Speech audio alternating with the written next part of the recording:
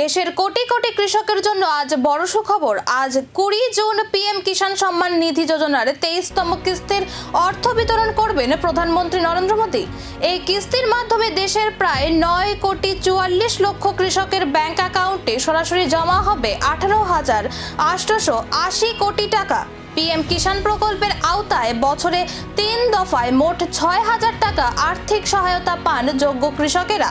সেই ধারাবাহিকতায় আজ মিলছে 23তম কিস্তির অর্থ। পুরো টাকা ডাইরেক্ট বেনিফিট ট্রান্সফার বা ডিবিটি এর মাধ্যমে সরাসরি উপভোক্তাদের অ্যাকাউন্টে পাঠানো হবে। এদিকে টাকা কবে অ্যাকাউন্টে পৌঁছাবে তা জানতে সকাল থেকেই অপেক্ষায় রয়েছেন লক্ষ লক্ষ কৃষক। অনেকেই ইতিমধ্যে পিএম কিষাণ পোর্টাল এবং ব্যাংক অ্যাকাউন্টের স্ট্যাটাস চেক করতে শুরু করেছেন।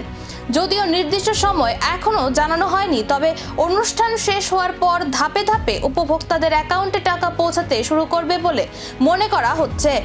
তাহলে এবার একটাই নজর, আজ ঠিক কখন কৃষকদের অ্যাকাউন্টে পৌঁছতে শুরু করবে পিএম কিষাণের 23তম কিস্তির টাকা।